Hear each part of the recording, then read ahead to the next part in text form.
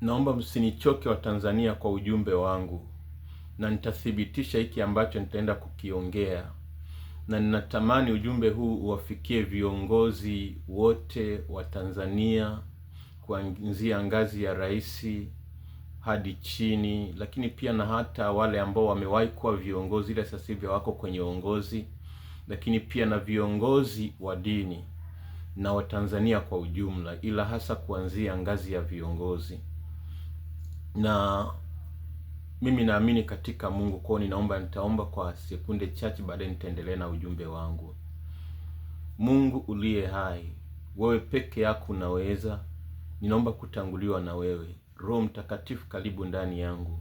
Katika jina la Yesu Kristo ninaomba. Amen. Ndugu zangu, najua si wote tuko na imani juu ya Mungu, lakini wale ambao mmekuwa mkisoma maandiko ya watu wa nyuma, mnaweza mkaelewa nafasi ya Mungu kwenye taifa na kwenye maisha ya watu. Ni kwamba pamoja na kwamba kwenye kizazi chetu cha sasa hakuna manabii wa kweli wengi, ila bado Mungu hajaacha kuongea na watu. Hata kama hawapo manabii permanent kama ilivyokuwa kipindi cha Agano la Kale, kwamba kulikuwa na nabii Elia, kulikuwa kuna nabii Isaya, lakini haimaanishi ya kwamba leo Mungu haongei kabisa na watu au hafunui kabisa jumbe za taifa au jamii fulani kupitia watumishi wake.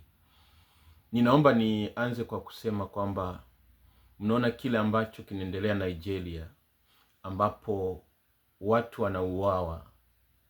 Mnaona kile ambacho kinaendelea Irani mwanzoni ilikuwa sio nchi ambayo inatawaliwa chini ya Waislamu, lakini mwaka 1976 yakatokea mapinduzi, ikatawaliwa Kiislamu. Mnaona kile kinachoendelea Ulaya, ambapo leo kuna watu kutoka Ulaya wanakimbia kwa sababu sasa hivi kuabudu kwa uhuru imekuwa ngumu.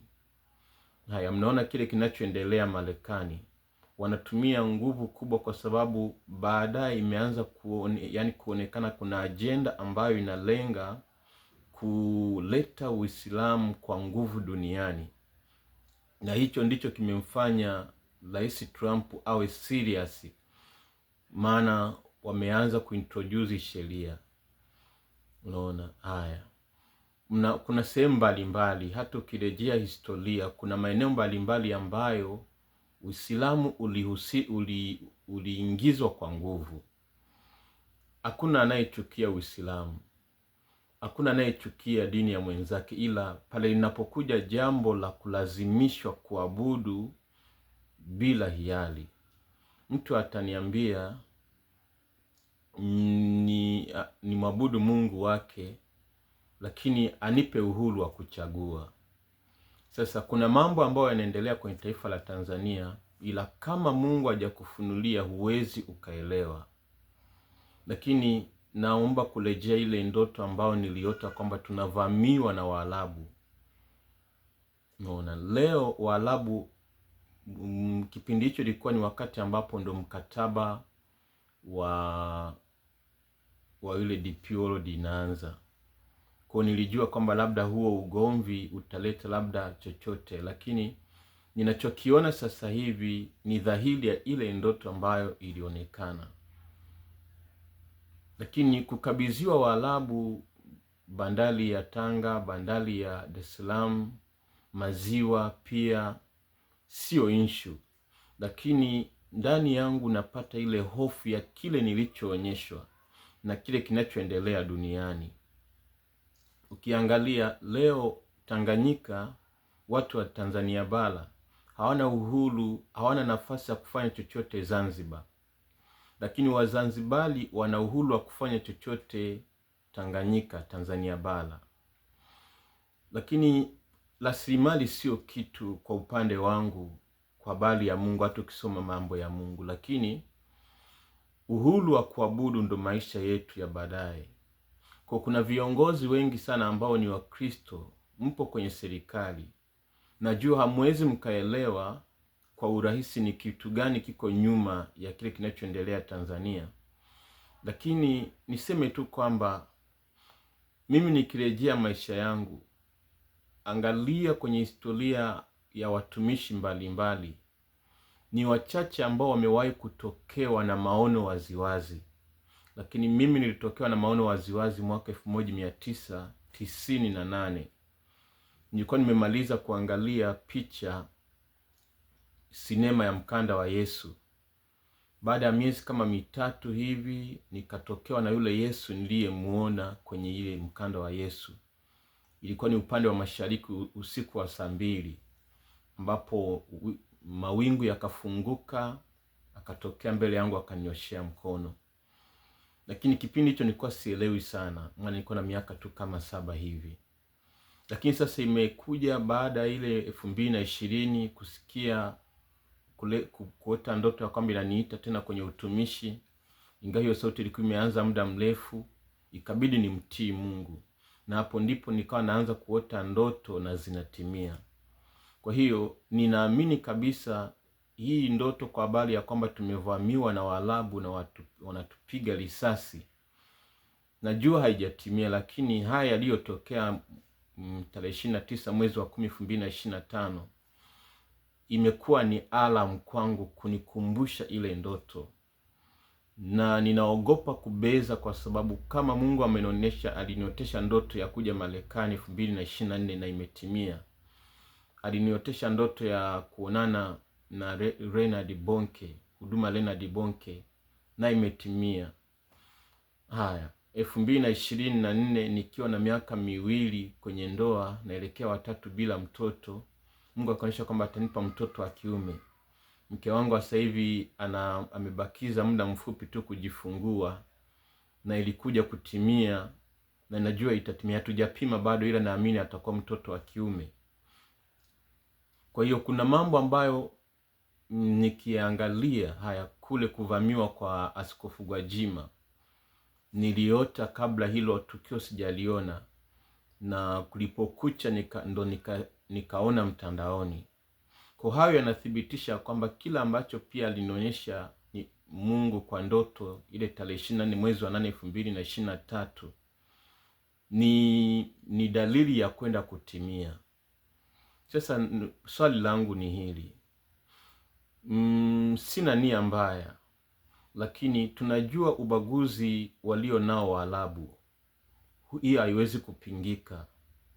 Sasa leo hebu tafakari miaka 100 mbeleni. Tunawakabidhi bandari, tunawakabidhi maziwa makuu, lakini tuna historia huku nyuma ambapo wamewahi kutufanya watumwa. Tuna uhakika halitajirudia? Je, tuna uhakika hii ndoto haina maana chochote? Kama tunaamini juu ya watumishi wa Mungu, na hata kama tuamini, basi kama tunaamini juu ya neno la Mungu, kuna watu walitumiwa na Mungu kupitia ndoto. Mfano Danieli na Yusufu ni watu ambao Mungu aliwatumia sana kwa ndoto. Je, Mungu aweza akatumia watu siku hizi kwa ndoto?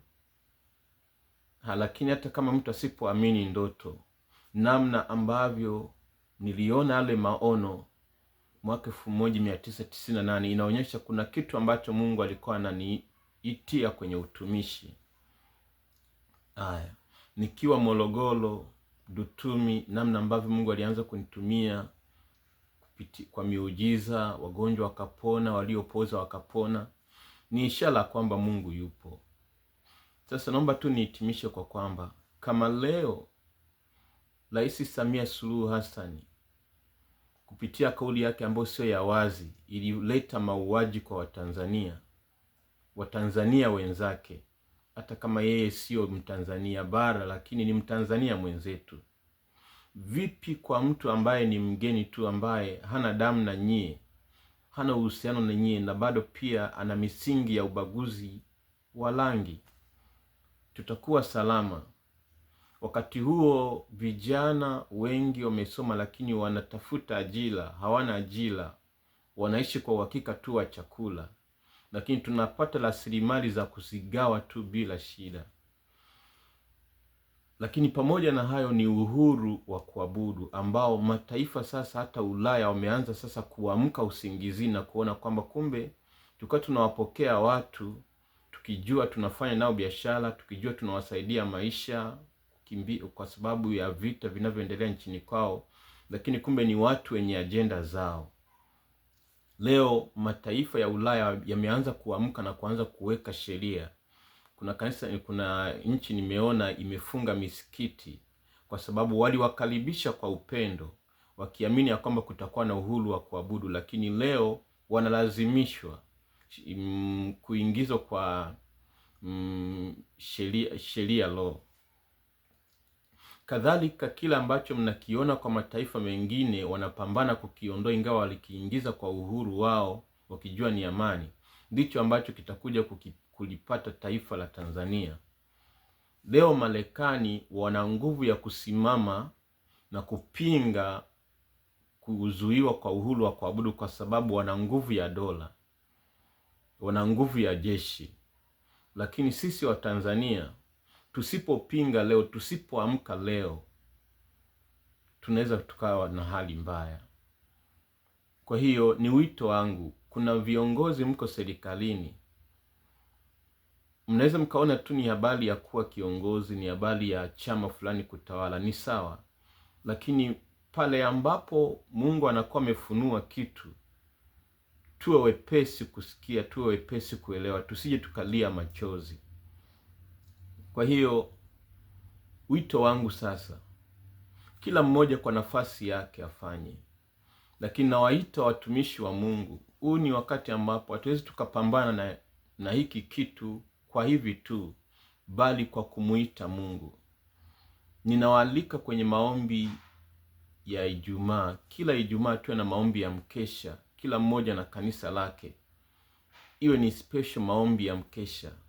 Lakini pia ni wape mwaliko Waislamu ambao mko Tanzania, ni kwamba leo tunaweza tukashabikia kwa sababu kuna kitu kinaendelea ambapo kinaweza kuwa na masilahi kwa dini ya Uislamu, lakini kiuhalisia ni kwamba mbeleni lazima tu Waafrika watabaki kwa Waafrika na wasio Waafrika watabaki kwa wasio Waafrika, maana hiyo hali ipo.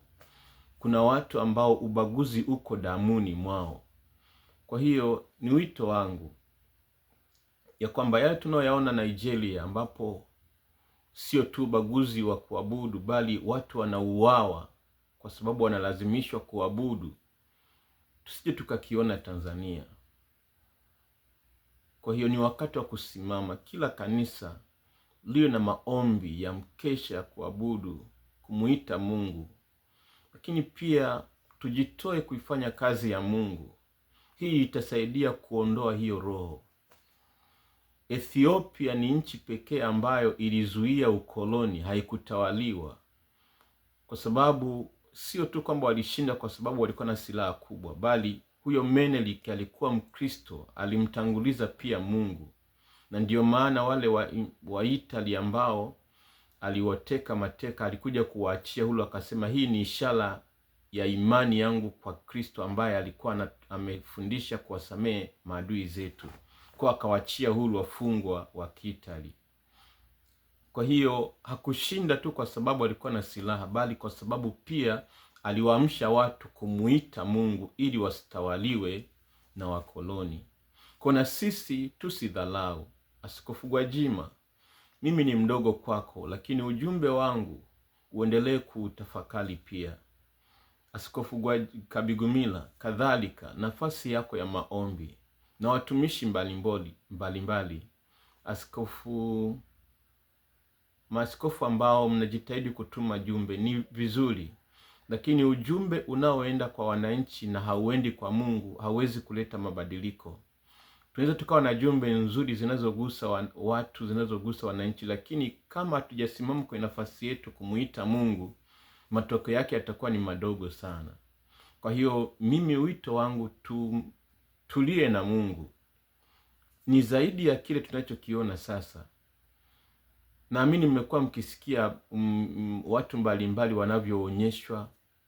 Kuna siku itakuwa tena sio ndoto, itakuwa ni uhalisia na tutakuwa tumechelewa.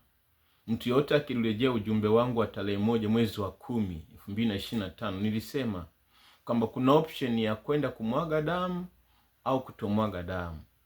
Leo sio tena ujumbe ambao ni wa kufikirika, imeshatokea. Kwa tuchukue hatua kila mmoja. Viongozi mnakubali tu mikataba inaenda, lakini angalau sikilizeni watumishi wa Mungu wameona nini kabla hicho hakijatokea. Mungu atusaidie. Mwalimu Christopher Mwakasege, endelea kumuuliza Mungu juu ya taifa la Tanzania. Endelea kumuuliza Mungu nafasi yako juu ya taifa la Tanzania na watumishi wengine wote. Amen. Bwana Yesu, ninakushukuru mno. Tupe neema ya kurudi kwako. Tunaomba Mungu tusio watumwa tena. Mungu, ikiwa Mtanzania mwenzetu ameruhusu mauaji namna hii, vipi ambao si hawana uraia na sisi, hawana undugu na sisi, hawana rangi moja na sisi? Mungu simama. Wewe ulionyesha kwa habari ya kuvamiwa na Waarabu. Mungu uliye hai, ninaomba Bwana ufunuae mambo sirini yaliyofichika, utujalie kusimama. Mungu, ujumbe huu uwafikie viongozi walioko serikalini ili wajue ni kitu gani ambacho wanapambana nacho, ni kitu gani ambacho kitakuja kupambana nao. Mungu simama. Leo mataifa tunaona wanahangaika Bwana kutafuta uhuru wa kuabudu. Taifa letu limekuwa na uhuru wa kuabudu, tusaidie kuwa nao. Tujalie neema. Naomba Mungu unipe kusimama nami kwa nafasi ulioniitia, katika jina pekee la Yesu Kristo. Amen. Ni heri kusikia sasa kabla tujaja kulia kwa machozi.